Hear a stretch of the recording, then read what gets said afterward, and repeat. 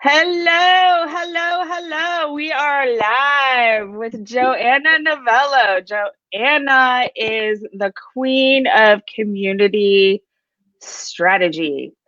So, how about I introduce you first, Joanna? Sounds good. We're so happy to have you here. So, as a community strategist, Joanna helps entrepreneurs create unique and engaging experiences for their communities so their fans turn into repeat customers. By making audiences feel seen, heard, and taken care of, Joanna helps some of the biggest names on the internet create win win situations where community members are thrilled and businesses thrive. And that sounds amazing. How you doing today? I'm good. How are you, Marianne? I'm pretty good. Good. I'm so glad that you're here. Likewise. So we actually tried to get this in the works a while ago and life happened, but we persevered and we are here. That's right. We're So I'm here. excited. Thank you for having me, Marianne, and hello to You're everyone. welcome. I let's see. My VA is tagging people to join us, so I'm sure some people will show up. I know some people were planning on coming, but I'll keep the recording up if not. So let's talk about community. Facebook communities are like the thing now, right? Yeah, it's like the new kid on the block, and it's like hot right now. But I actually wanted to dispel like that this is not a fad or a tradition. I know, or like a trend. Yeah. And everybody's going to say that about their thing, but community is the one thing that it's been around since biblical era. Um, People have always congregated in one place and problem solved together. And we live in communities. We've grown up in communities. Communities is where it happens. So what's new about it is that now it's being translated into an online form rather than, just your local church or city hall or things like that. But the concept of community, I like to remind people, has been around for so long. You were born into it. And all that it is that now there's a space for it online. So it's not the new kid on the block. And people oftentimes think that there are structures or rules that they need to know before they're able to either run one or participate in one. And it's absolutely not true. We're all part of a community. We were born into one. And, it's just now we can expand it into this online form. And I met you through a community, Brad Hart's community that I was in, which has become my community, who I know now actually have met a lot of people in person. And it's been fantastic. I've met so many amazing people in Facebook communities. Yeah, I mean, really, before you would make friends offline, right? And you were limited to your geography, like if they went to school with you or if they grew up in the same town with you. But now we can find people all over the world that we align with on different things. And so it's really cool. So now we can find people all over the world, and we can meet them in person, which is what's really fun about it being It online. totally is. Yes, Yeah. it totally is. And humans are designed to connect with other humans. Yes. Yes. It's in We're our DNA. not exactly. I had to bring you into the other room because it's my internet. I need to call Comcast again and complain to them. So sorry about that switch. So we were going to talk about the three pillars. Could you share the three pillars of community with us? Um, Sorry to interrupt 1 second. So I see there's somebody on here. I really want to call you by name, but you have to give StreamYard permission to access your profile. And that's at the top of the announcement there. But hi, I'm not sure who you are. Hi, so happy you're here. But if you just click on the StreamYard link and give them permission, then your name will show up in the comments. Okay, cool. Okay, 3 pillars. Okay, so the 3 pillars, so these are what Marianne and I kind of drafted together of what would make this community successful. And there are a lot of things that go into making a great community, but this community specifically deals with mindset. So we wanted to cater this to you all to help this community become the best that it can be. And the 3 things that we would need to go through in order to make that happen are that you have to show up as yourself, number 1, because if you're not showing up as yourself, then we're never going to problem solve for you / with you. The second one is that even though it seems easy, some people don't know how to ask for what they need. And then the third thing is that they don't know how to receive what they need. And mindset is the common thread in all 3 of those. So I guess we could just hop into number 1, yeah? Yeah, let me say hi to Sandra. Yes, you did it right, Sandra, because I see your name. I'm so happy to have you here. There are 2 other people, though, that I don't know who you are, and I want to know who you are. So click on that StreamYard link you see at the top of our heads and give StreamYard permission to access your profile, and your name will show up in the comments. But hi. Yes, let's dive in. Okay, so mindset is everything, right? But nobody wants to really talk about it. Yeah. Because it's hard. It's hard to show up and say, or maybe you don't even know that your mindset is a little bit off or is keeping you stuck in some way. So it's hard to show up with a bunch of strangers and say, oh, I'm having some wonky thinking, or I'm worried I'm not going to make it, or I'm worried people will judge me harshly. Yeah. Like, who wants to say that? Right. Well, what's fun about the internet is that you can actually be anyone that you want to be. And you can create the perception of who you want other people to see, and get the reactions or create the relationships that you want. But the end game of all of this is to create a community where you can form lasting bonds with people. And the greatest thrill of it all is being able to meet people offline. So if you're lying about who you are online, you can forget about making any connections in person, because once they see you and they see straight through who you pretended to be, then you've lost that connection. There's a temptation to create a facade online and to create a highlight reel on your social media and to make people think that your life is so great and so grand, because there's a lot of people who do this on a massive scale. And a lot of people will try to imitate that. But what I want people to do is to step back and understand, or to think about what is it that they want from that community. And that's how you show up. So if you want to make friends, then you have to show up as yourself. Nobody wants fake friends.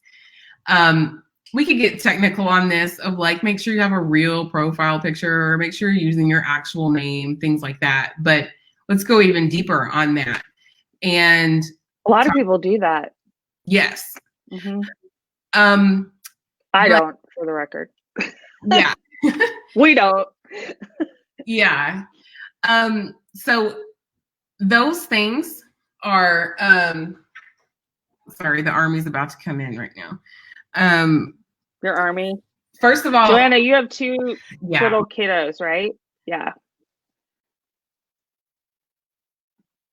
That's all right.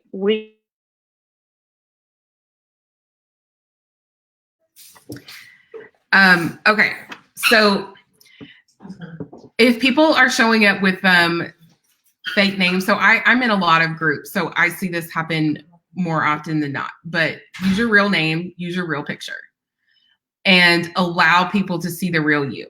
Some people are worried about their weight. Some people are worried about, I don't know, people get really weird about the things that they're worried about, and they'll try to cover it up.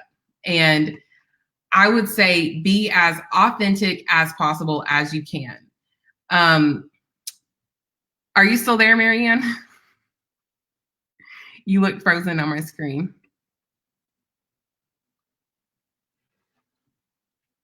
Okay, Marianne is frozen. I'm going to check the Facebook group and see. Oh, yeah, she's gone. Let's try again. I think I'm still here. Hi, everybody.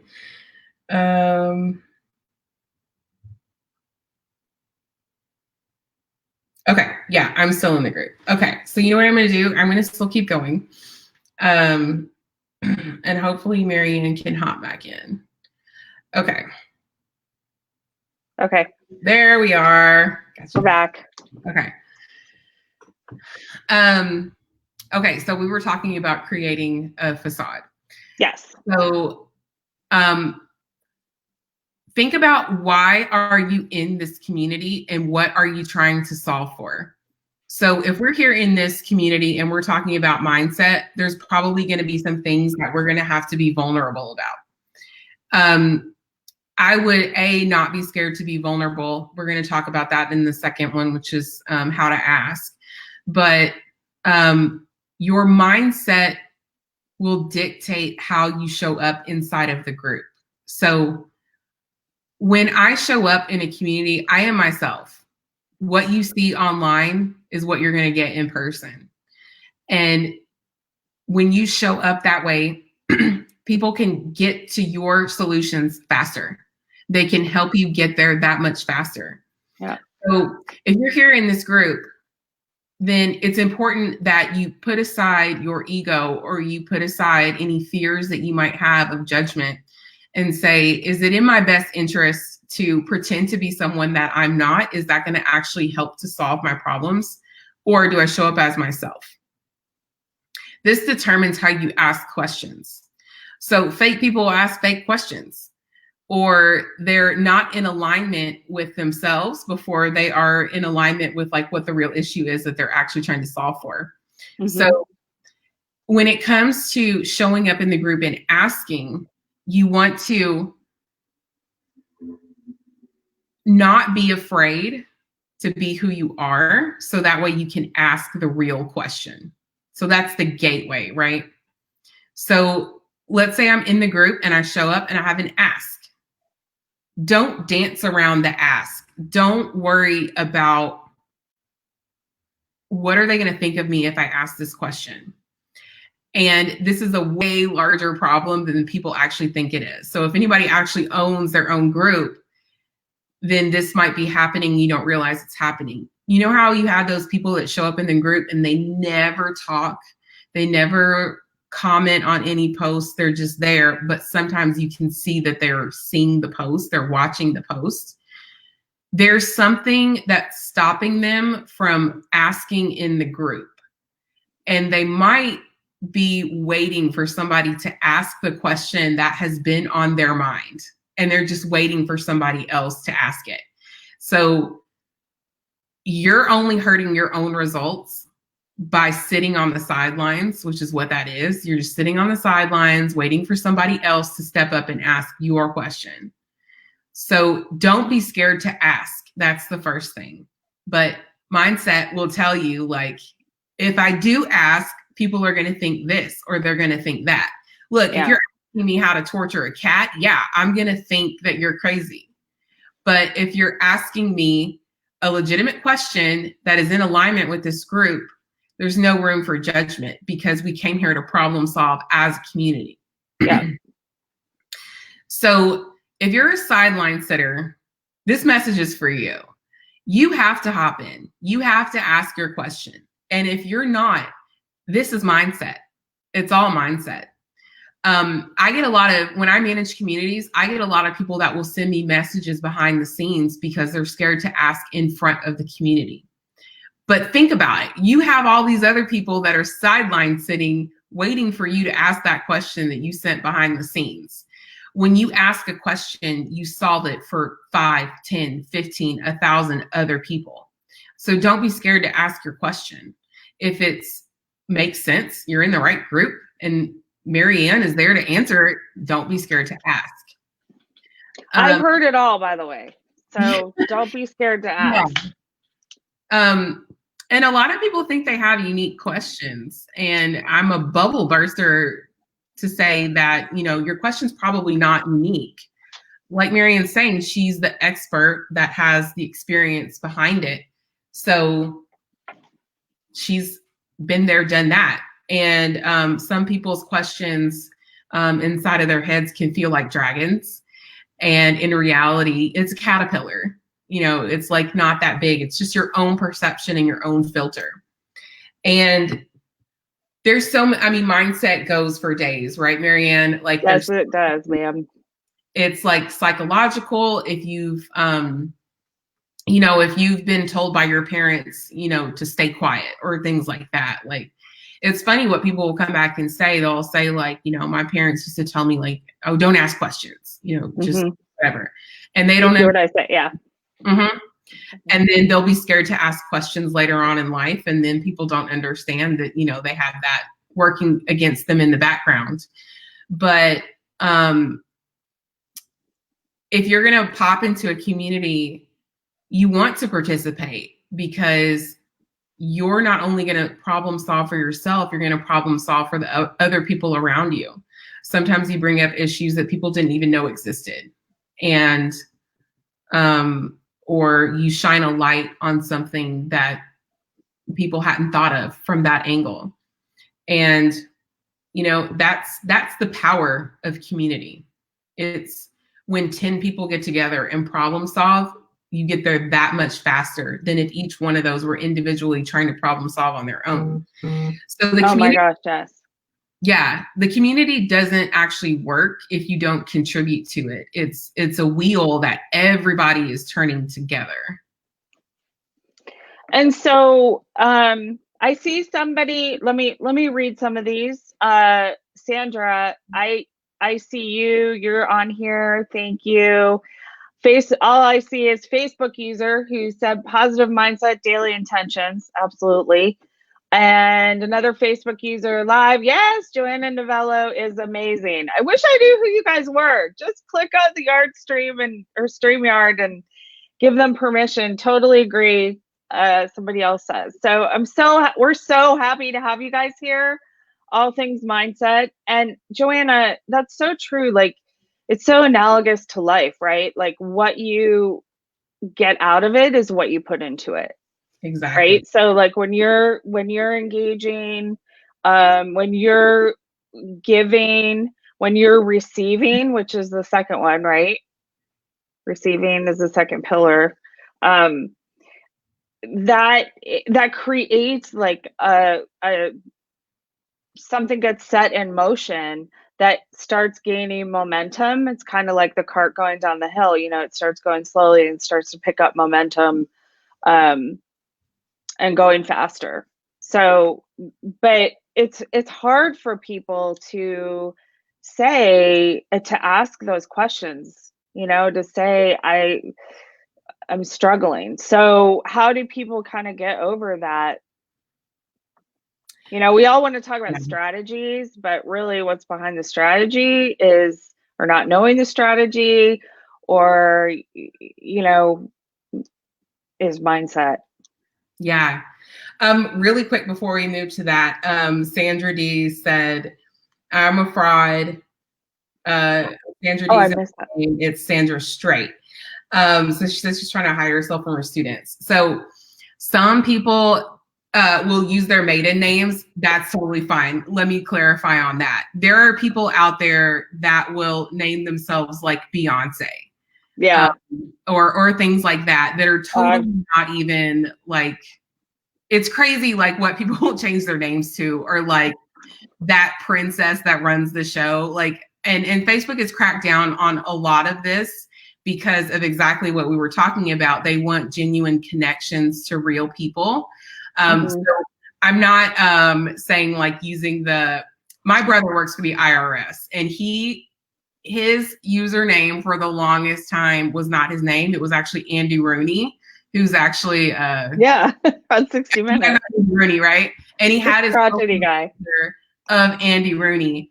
So that's like where my head is at, is like his name is not anywhere close to being Andy Rooney.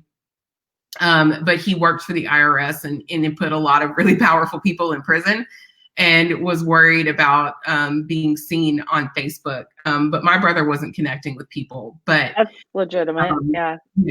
So I didn't blame him for that. But there are people that, don't have that same fear, but for whatever reason are showing up using totally false names or celebrity names with their pictures, and are expecting to make genuine friends online.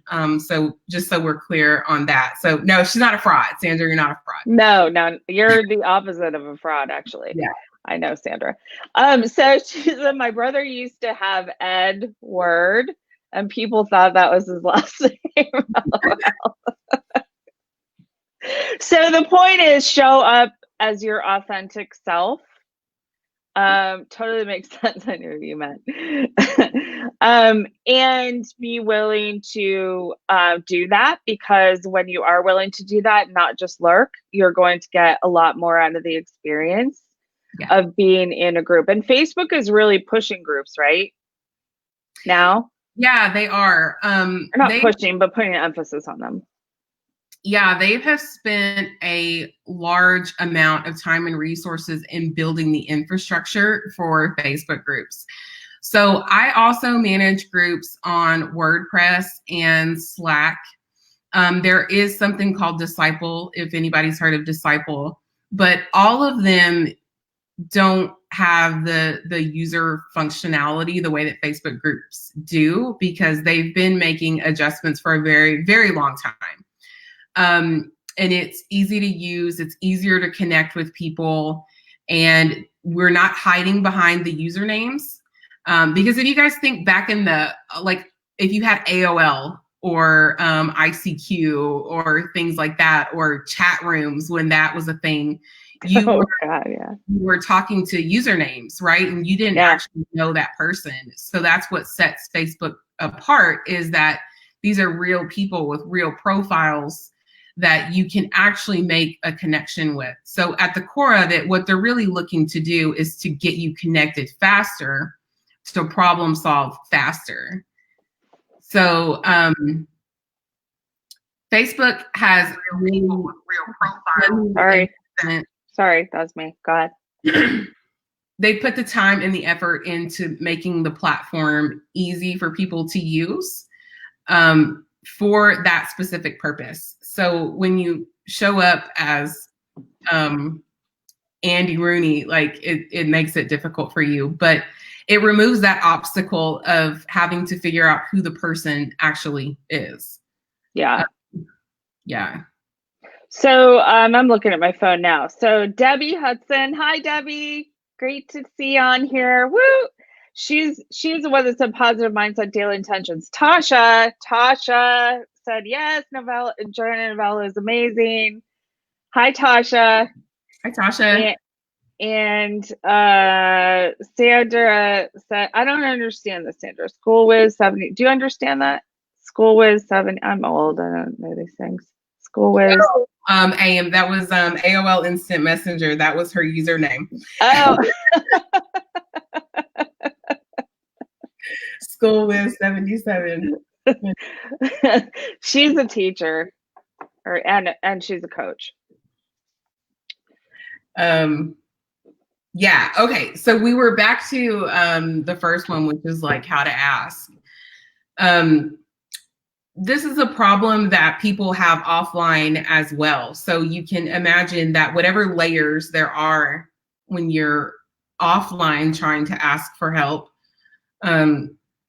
it goes even further, because now you're having to translate it through a computer screen. So if you think about, like, if you have to ask for a $10,000 loan from a family member or something, like, the emotions and the difficulty behind that. And sometimes people will dance around the ask and they'll say, just ask me, like what they'll avoid, or they'll distract, or they'll walk away, or whatever. And this is the mindset piece of it, right? Is like, am I bold enough and clear enough to ask for this? And that is simply translated into an online form. But what's even scarier about it is that if we're in person, I can see the emotions of everyone that's in the room. And that gives me a little bit of comfort, versus when I'm in a Facebook group with 3,000 people that I have no clue, like, who these people are, then it gets even harder. So the easiest way that, because for those people that will message me behind the scenes who are scared to ask their questions, and I mean, some people, it's not even like it's a personal thing. It's just they're scared of being visible inside of a group. If you're going to join a community, I would look at the number of members that are inside of that group and ask yourself if you're comfortable speaking in front of that many people. If they were actually in a room, are you okay with speaking in front of that many people? Because let's take, maybe there's somebody who's going through trauma, and there are people who have no problems. You're sitting on the bus or the train and they're having their conversations on their phone as loud as possible, talking about trauma. Those people don't have any issues with it. But, what about the other people that do?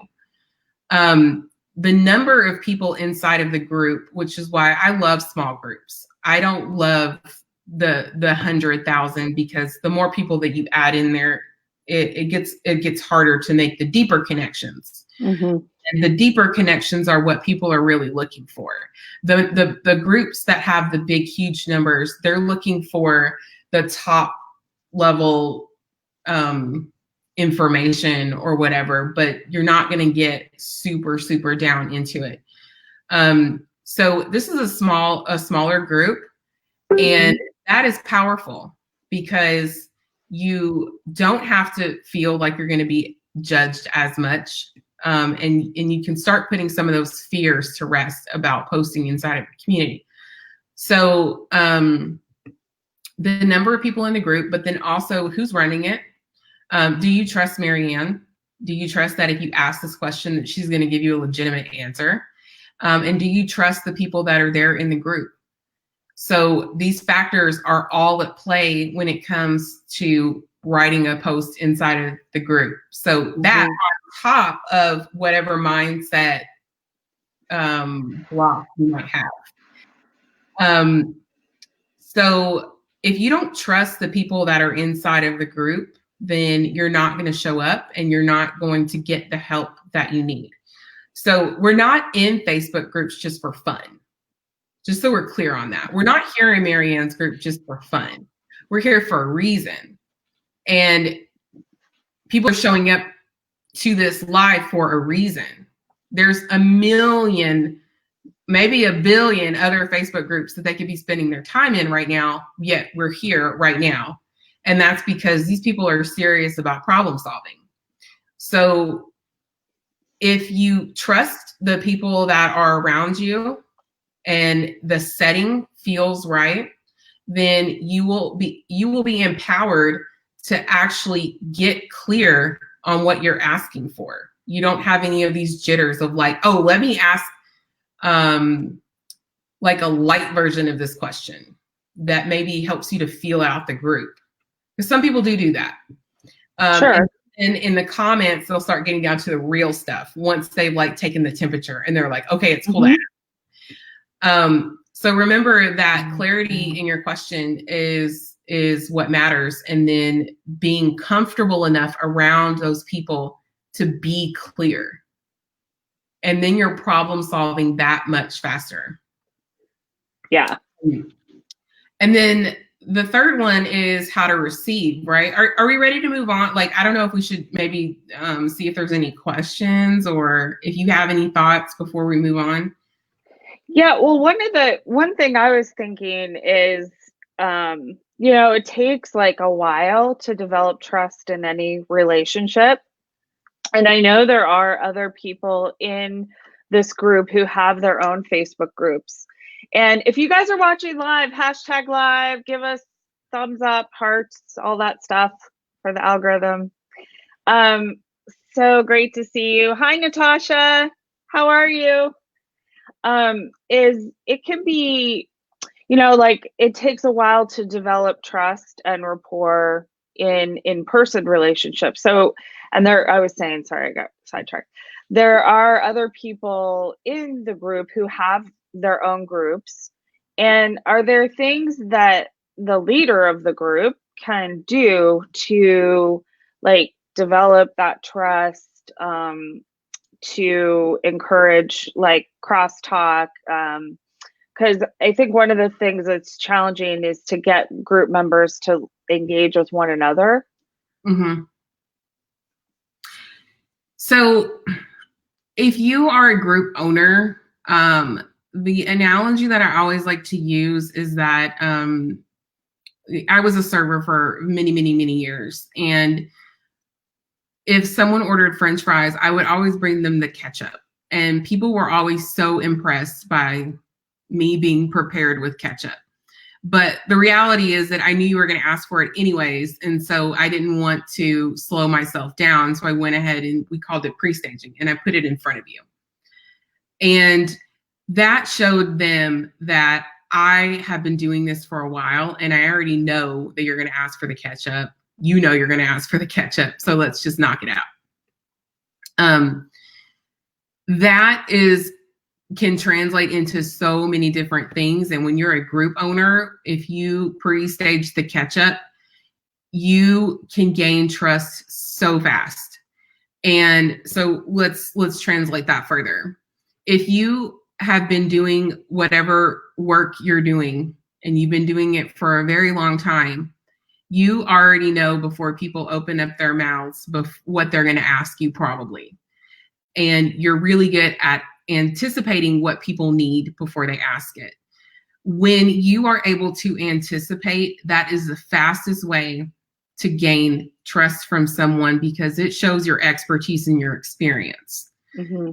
So if you know when people first come into your group what their initial questions are, you can address that in a welcome video or in a welcome thread. And that initially positions you as somebody who's experienced and knows. Mm-hmm. And that's such a small detail, but if I forgot the ketchup, you would call me an idiot because you ordered fries. Why would I not know that you would need ketchup? Mm-hmm. That's what a lot of people are actually doing in their groups is they're forgetting the ketchup and then they're looking like an idiot and they're overlooking the very, very small details. So that's the first thing that I would do is I would think about like, what are the things that people are going to ask me? And that's typically like, that's designing the journey. So that goes into like a whole like strategy, like road. But the first part is like, when you come over to my house, mm-hmm. I know like what it is that you need. I know here's the bathrooms. Like, it's just simple things like that. The bathrooms are down the hall. Right. So like what to expect, where things are. Yeah. Yeah. So some people might put some resources into a unit or in a welcome post, and they'll say like, start here. Those things are absolutely critical to setting the foundation and building trust. The second thing that I would say is how you show up as a leader is the reflection that you're going to get back into how people show up in the group. Mm-hmm. So, there's some marketers out there that swear that, we're going to keep it real and things like that. And there's other ones that are like, they're a lot more formal and, things have to look nice and you have to use nice language. And then that's how people show up in your group. So you as the leader set the tone. The other thing that I would say is you're always on stage. The group is where you're always on stage. This is why sometimes it's hard for people to ask and post in groups, because it's literally going on stage and being judged in front of all of these people. Mm-hmm. So when you go on stage and you respond back to people in comments, people are reading that and they're adding up the points of like either you're cool or you're not. And the way that you engage with your other members will be encouraging, because if they like your style and they like the way that you're interacting, then that will give them the freedom to interact with you as well. I feel like another one would probably be being consistent. Mm-hmm. So don't abandon your community. And so this goes as like an owner and as a member. As a member, you have a little bit more fluidity, right? Sure. Sometimes people will comment out of the blue and you're like, where were you? So that's a different story. But as a group owner, you cannot abandon your members that you worked really hard to curate. And once you abandon them, the next time you come back around, and people do this a lot when they sell, and we've been on the receiving, I'm sure everyone in this group's been on the receiving end of that, where people will pop up in a group and be like, I'm launching a podcast. Can everybody share this out? And that's selfish. So remember that you are there to problem solve. And when you just disappear, then people are like, okay, you're going to abandon us again. So they'll move on to somebody who does not abandon them. Right. Yeah. Yeah. Absolutely. Thank you for answering that. So there's a lot to think about, a lot to be on top of, showing up for your people, giving all, it's about giving, and focusing on giving, and also, anticipating what your group needs. Yeah. To build trust. Yeah. So then the third one that we wanted to cover was how to receive. So this is a huge part of mindset. A lot of people have problems receiving, and givers are oftentimes they have a hard time receiving because they're so used to giving. So if you are a giver, then sometimes you will have a hard time asking for help and then receiving the help. But then also some people receive things in the wrong way. So we're in an online forum. Tone can be taken out of context. People say grammar doesn't matter.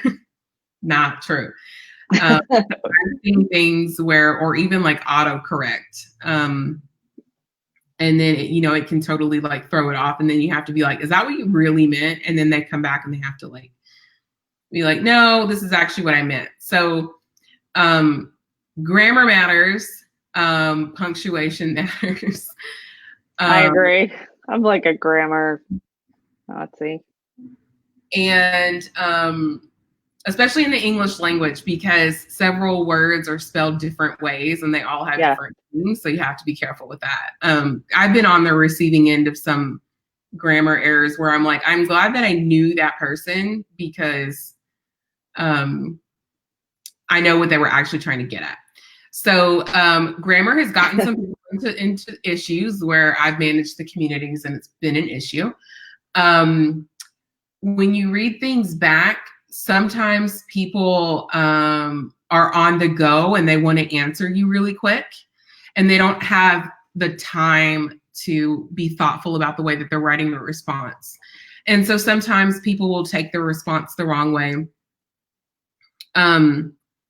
But then also being open to maybe an answer that you weren't expecting.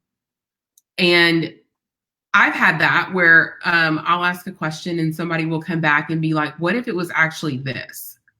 And it's something that wasn't on my radar. And I'm like, it couldn't be that. I have that under control. But then I think about it and I'm like, maybe that person's right. Because when you have an outside perspective, which is what you're requesting in the first place, they see things in different lights. And if somebody comes back with a response you weren't expecting, there's nothing wrong with that. You just have to file it away, maybe sit on it, or, really try to see that person's point of view. The other thing is just the act of receiving itself. And when some people ask for help, they will block the receiving. And you just have to be open and willing to change and to learn, because that's what we're here for ultimately, is to learn and then to change. And change is always hard. And some people will avoid the change part, but I would question back to that, then why are you here in this community? Because this is what we're here for. This is why we're all showing up, is for some end game, some common goal that Marianne, the leader of this group, has promised to lead us to. And sometimes the advice that you get back might be a tough pill to swallow, but I'm always open to other perspectives, and I'm always willing to hear what other people have to say, as long as they are genuine and authentic. And I know that they are genuinely trying to give me the piece of the puzzle that I'm looking for.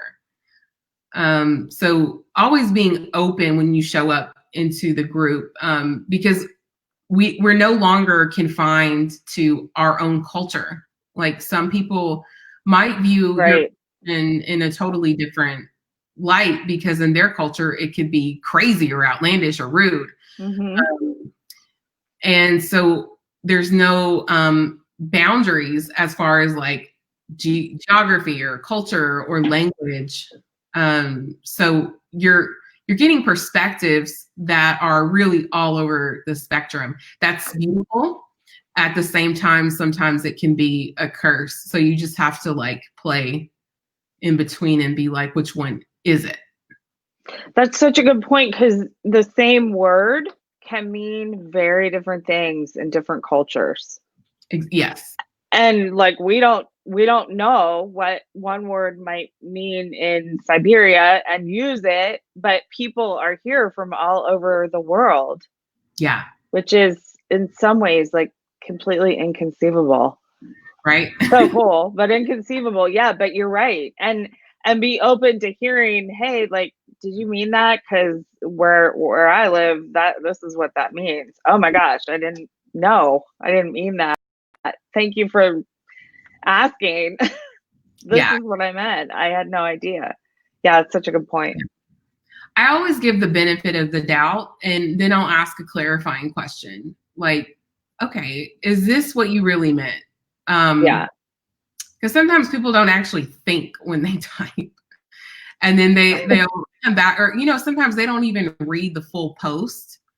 There's a lot of different factors. Like, if you ask a question, like, some people, they'll read the post, and some people don't understand that you have to click read more and then look, right? Yeah. And they'll be like, oh, sorry, I only read the first 2 sentences. And so, user error on the other side. So I'll always be like, did you read the full post? So I'll give you the benefit of the doubt that you didn't know that you're supposed to click read more. And then I answered that question. Yeah. Yeah. Hey, Joanna, can I ask you a question? I'm not going to worry about feeling stupid. So I'm watching our feed on my phone, and I want to like do hearts underneath, but the only thing I can do is likes. Like, I click on the person, and the thing comes up on the bottom, like or reply.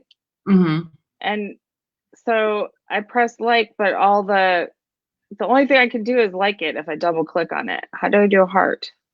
Are you in the Facebook app? No. Yes, I am.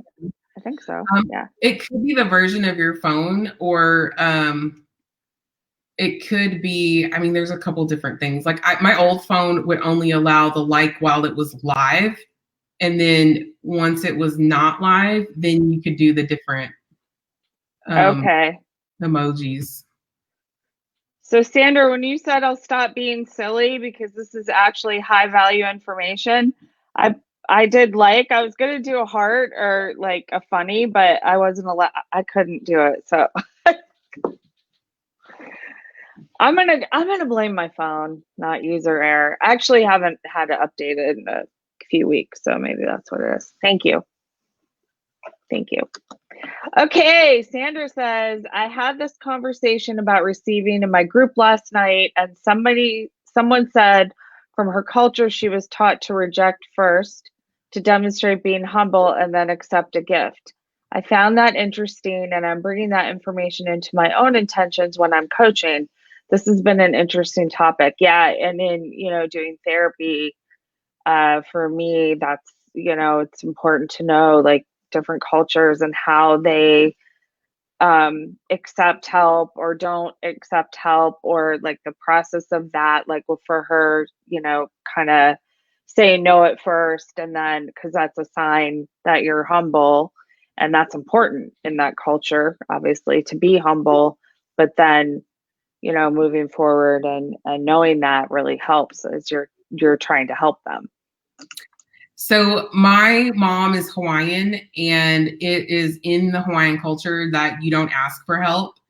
And my mom was actually diagnosed with cancer several times. And I actually grew up my dad is from Kentucky. So I grew up in a really small town in Kentucky where you did ask for help. When one person had surgery, everybody shows up with a casserole. And then when that person has surgery, everybody shows up with a casserole. So it was a thing, like we just swap it out. This is my mom's culture, where it was very like, we're strong and we're independent and we don't ask for help. And when my mom had surgery, we got, casseroles, catering, things like that. And my mom, what she really needed, but this is because she couldn't get clear on what to ask for. What she really needed was for somebody to give me a ride to school. She didn't need another casserole. Like we were already like, the freezer was overflowing, but she couldn't ask for that. And she told me, I said, why don't we ask Pam? And Pam went to our church, and Pam had said that, whatever you need, just call me. And I said, why don't we ask Pam? And my mom said, we don't ask for help. We're strong and we do it on our own. Mm-hmm. So my mom would like put herself literally through pain to take me to school. I was even willing to walk because I didn't want my mom to have to get up. But people do this where it's culturally instilled inside of them that it is wrong to ask for help, and they will go through pain and suffering because they were just programmed that way. And, all my mom had to do was just ask. Like, she was a school teacher. Like, she could have asked the teacher. Like, she could have asked my friends that were on the way anyways. But, and you'll see this, like, you'll see people that are inside of your community that will go through pain and suffering, and they don't want to, and they're a fly on the wall, and they wish that they could ask for help, but they were culturally programmed not to ask for it, or they were taught that it was bad, and then they feel bad for it. And then on the flip side of that, my mom had a hard time receiving those casseroles because then she felt like she owed you something. Yeah.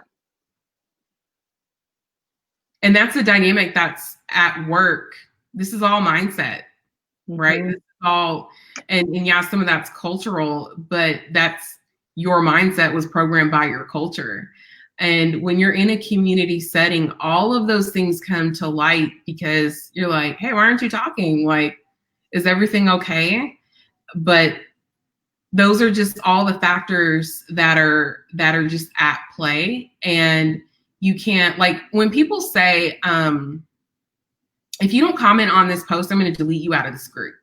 Or if they threaten, they'll say like, I got this Chrome extension, and if you're not active inside of this group, you're being deleted out of the group. I have issues with that because of all the things that we just said. Sometimes people are programmed to not speak up and ask for help, and then you're cutting them off at the legs when they showed up too. If they were showing up as their authentic self and to receive help, you've now cut them off. And punish them. Which makes them rejected them, which feeds the fear mindset. Exactly. Yeah. But I think women, this is part of giving and receiving too. As women, in our in this culture, I think we are taught to just sort of smile, be happy, help everybody, not ask for help. I work with women every day who really struggle with asking for help. Like it's really like torture for them to ask for help, because just like your mom, that means there's an attached meaning to it, that means they're weak. Yeah. So there's like that shame there. And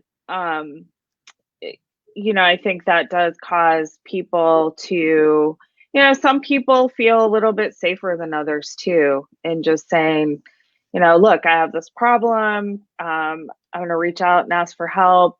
Does anybody know, the answer? And the thing is, like, what's that phrase? Like, a closed mouth doesn't get fed. Yeah. Got to work through it, because you're right. Like, I mean, when we are a small group, it's like 225 people, I think, right now. But that's still a lot of people. It's a lot. Yeah. Like, when you think about 225 people in a room, that is a lot of people, a lot of smarts. All the women in here are female entrepreneurs, women entrepreneurs. And like, there's a lot of, all of them are really smart, go-getter, and they know a ton of people. Like, I mean, that's a lot of people. Yeah. Not compared to, 25,000, but it's still a lot of power. Yeah. Yeah. When people will say like, oh, I only have 100 people, I'm like, that's a lot. I mean, if you think about, it's like 10 people that own 99% of the world, right? Like, yeah, it's crazy. Only 10 people that own 99% of the world. Like, there's so much power behind each person. And then how much more power is created when those 10 people get into a group? And then now they're working together. Like, they created that on their own. It's the same thing with a community. Each person has their own power and their own flavor to bring to it. And then once you come together, it's just that much more powerful. Yeah, it's like times 100, times 1,000. Yeah.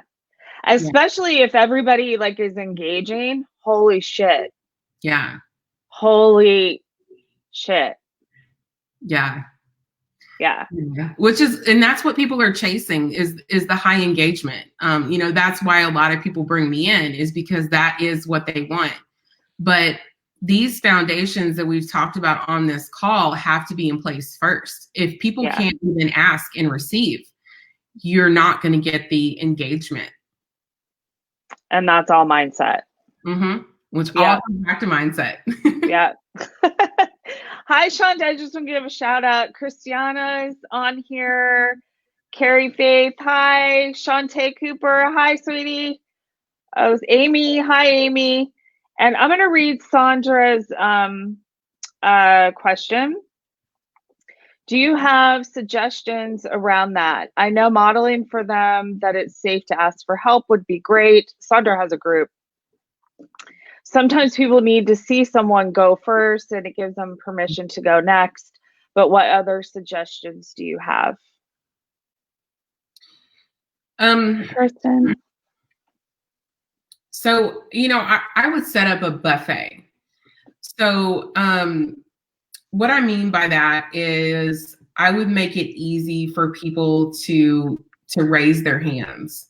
So this applies to any group that I come in and take over, is that if you don't make it easy for people to raise their hands and say me or yes, then it's a non-starter.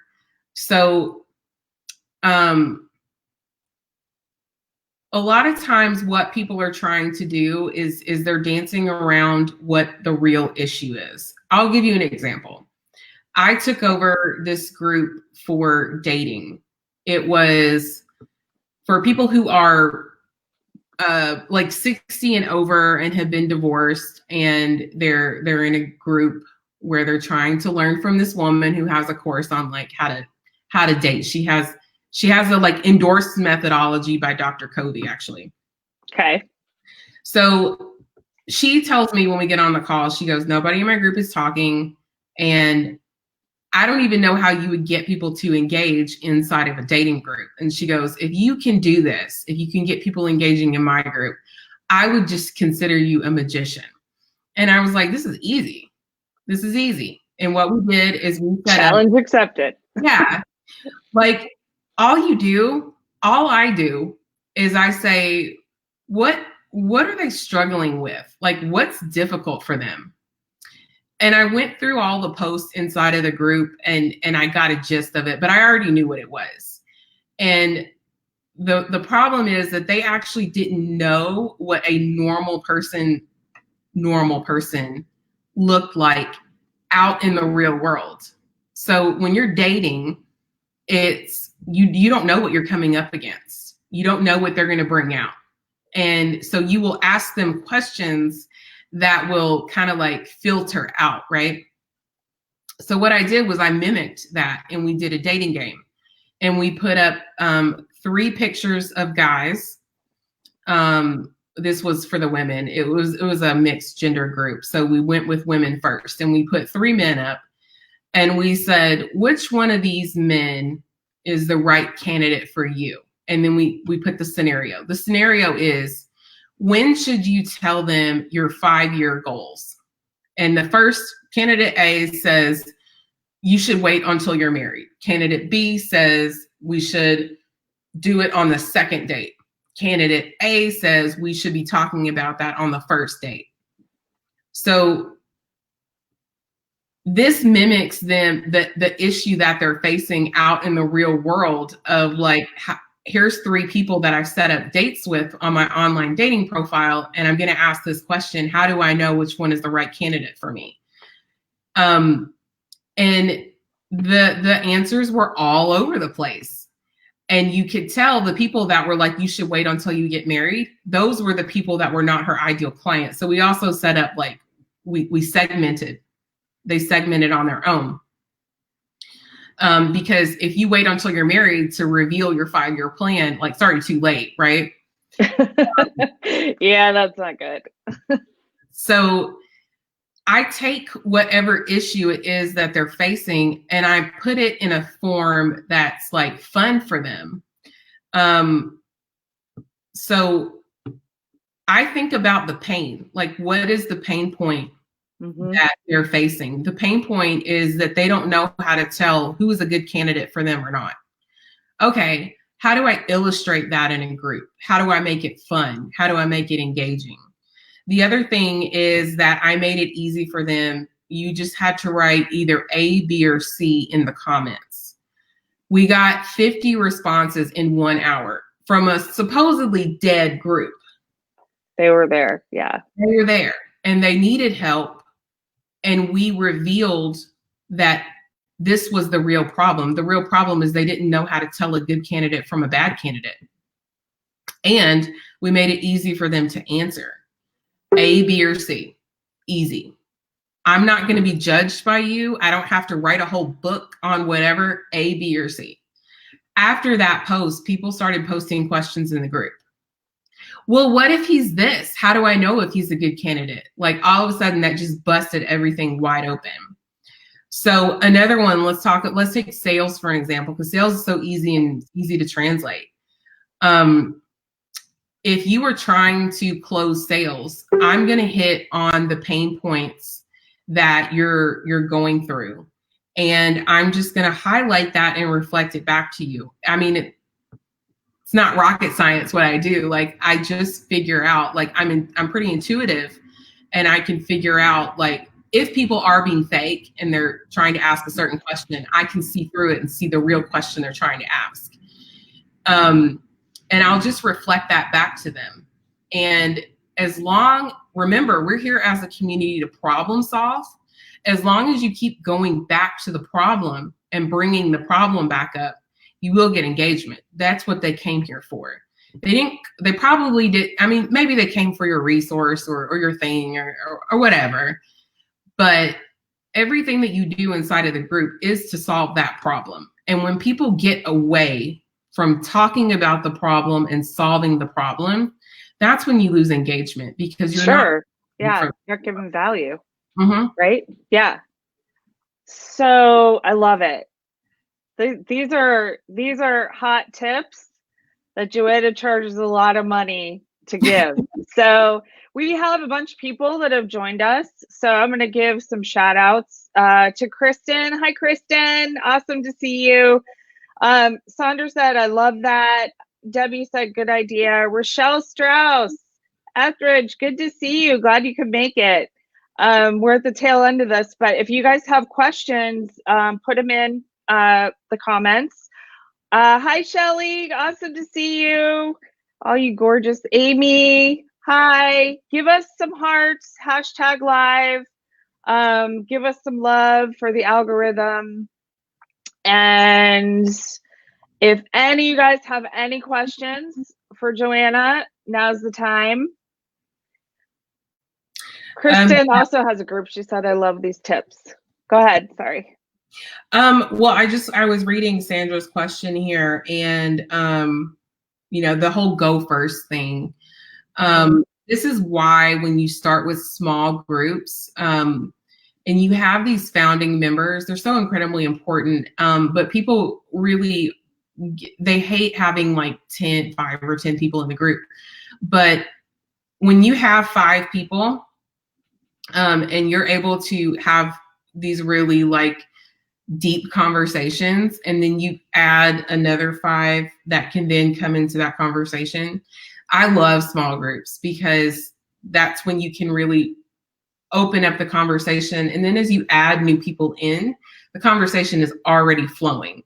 It's like the music's already on, people are already mingling. Or dancing, maybe a few. And it makes it that much easier. So if you're starting off with a smaller group, then that's when you can get deep into conversations, and it pays dividends for you on down the road as you continue to add people into the group. It's a warmed up group. It makes it easy for them to step into something. And then from there, you're just compounding as you add. Mm-hmm. And also too, like that creates the founding members are really welcoming to the new members. They're like dancing around, they're giving you drinks, the new people, and it's all like, come join this family. It's not like because some groups like they add like 500,000 people every day. You can't, it's like a lot. Yeah. Get lost in there. And they become advocates for you too. They'll they'll report spam in your group. I mean, just like there's so many benefits to having those founding members. They'll support the new people. They'll have your back. If something happens inside the group and you're not there, they'll have your back. They're so critical.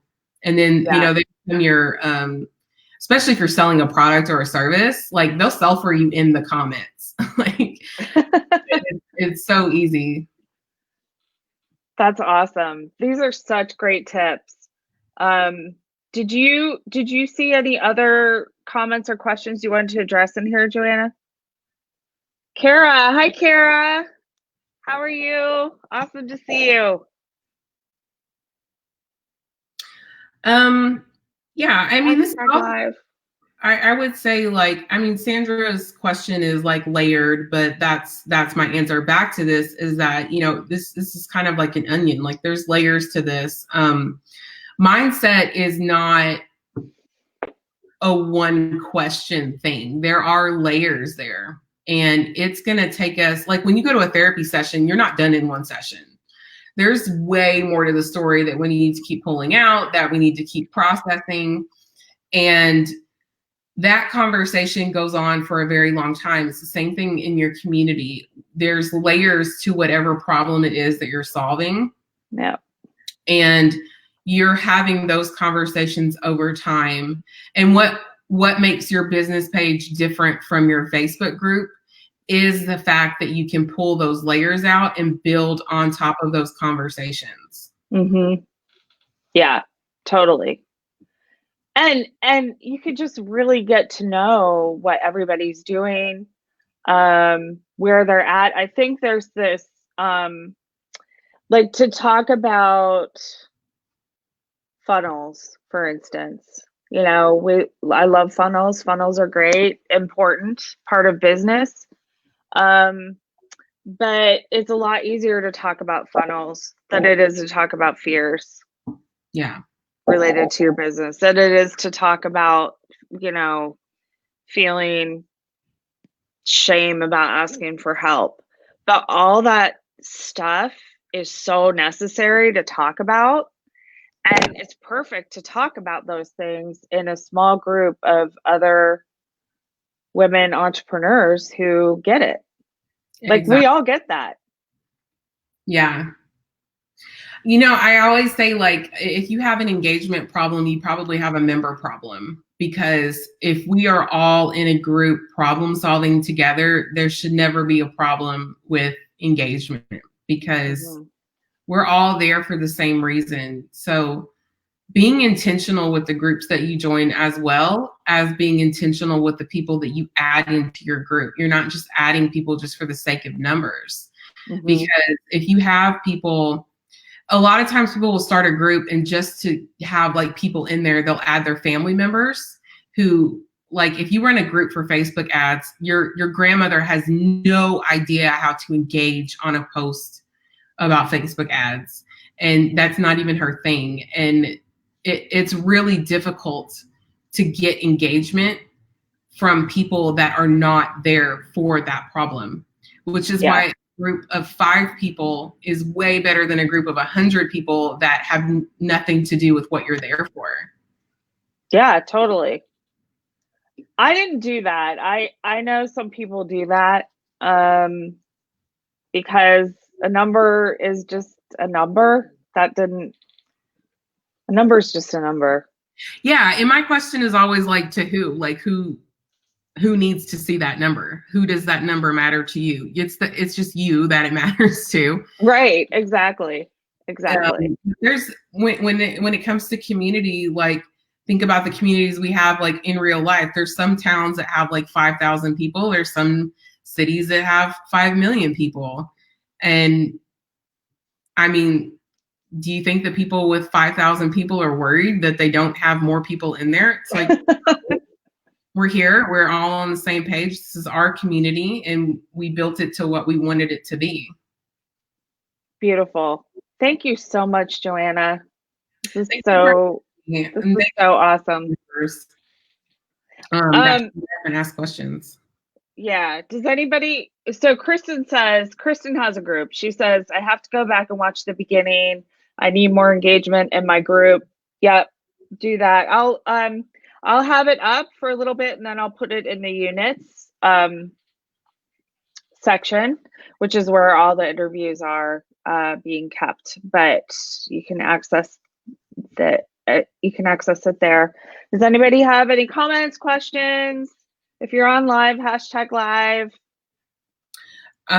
So just to address her, if she wasn't able to see earlier, the engagement just comes down to problem solving. That's literally it. Don't overcomplicate it.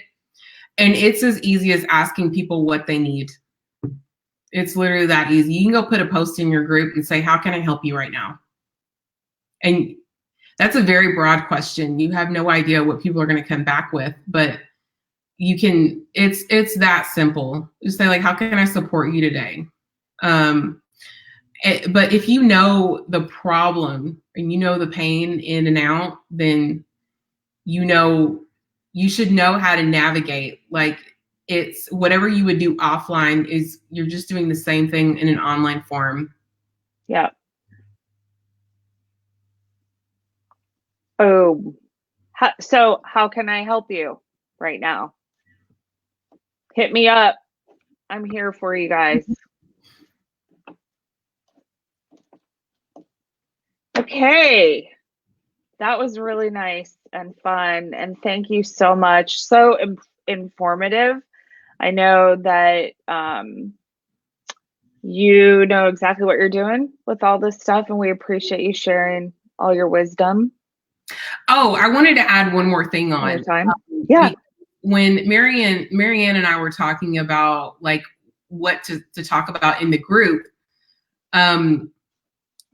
she's like, okay, you could talk about engagement. And I wanted to really, like, I kept asking questions of like, but does that matter to your group?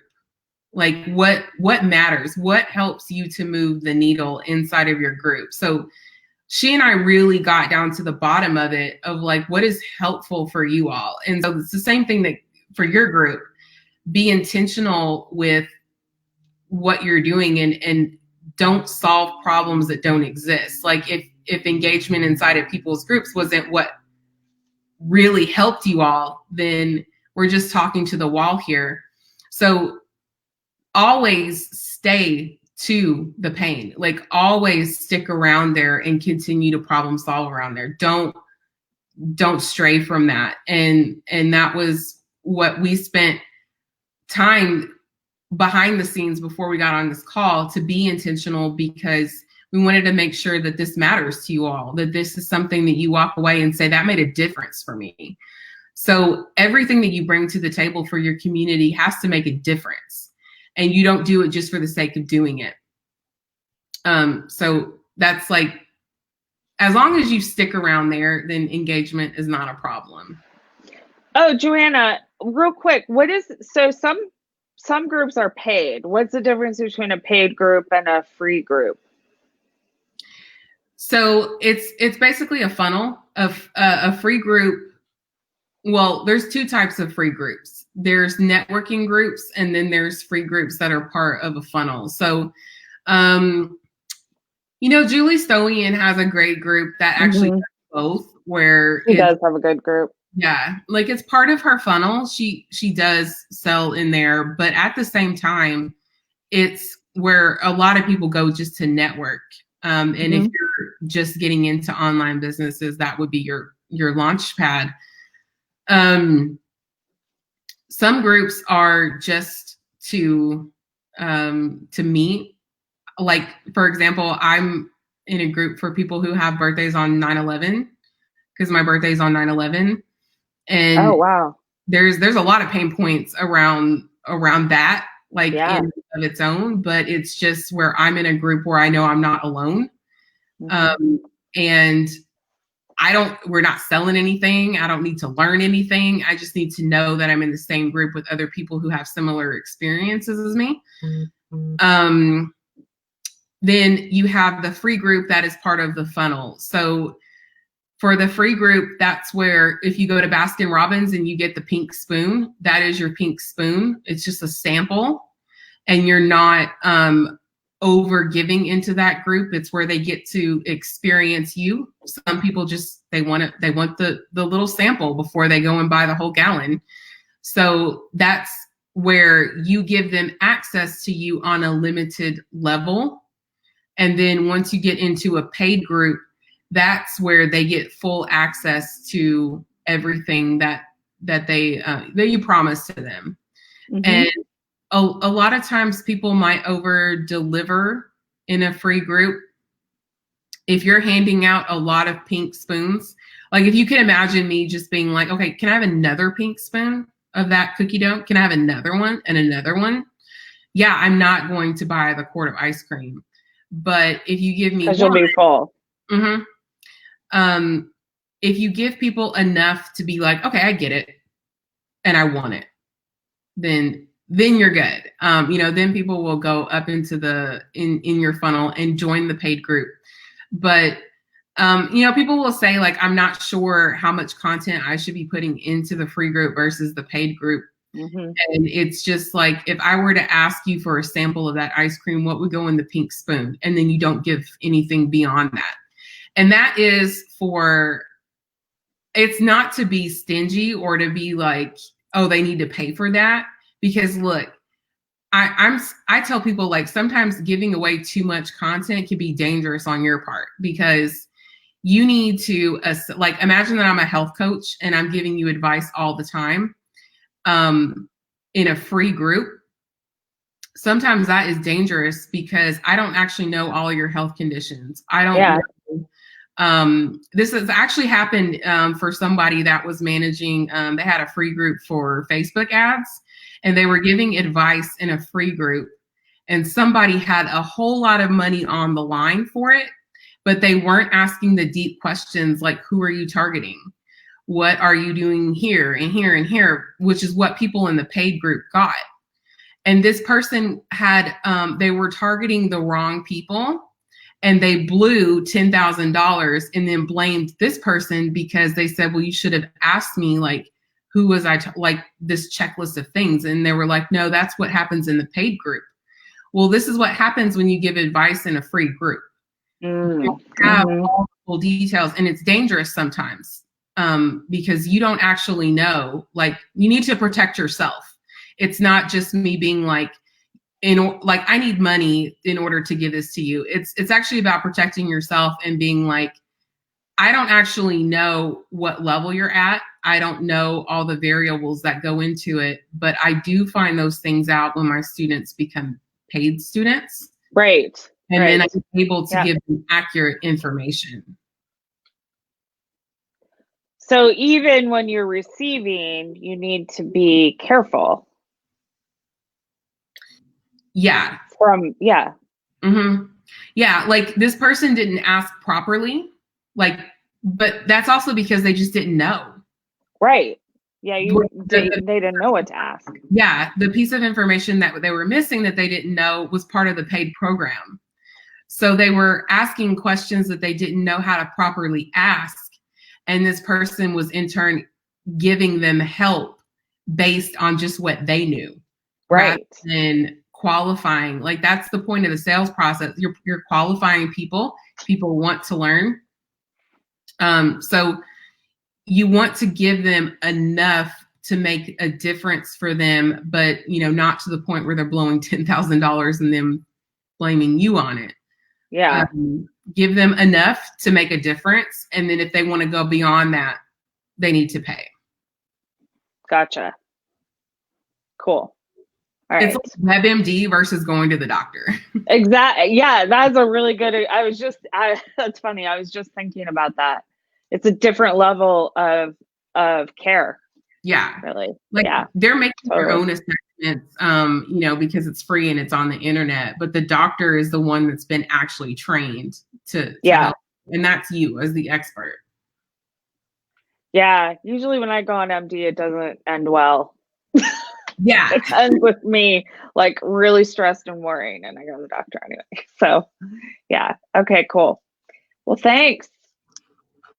Thank you, Marianne, and thank you to everybody for showing up. Thank you, everybody, for coming. If you have any questions, even during, if you watch the replay, just leave them, and I'll make sure that they get answered. Hope you guys have a great night. Thanks, Joanna. See you later. Bye. Bye.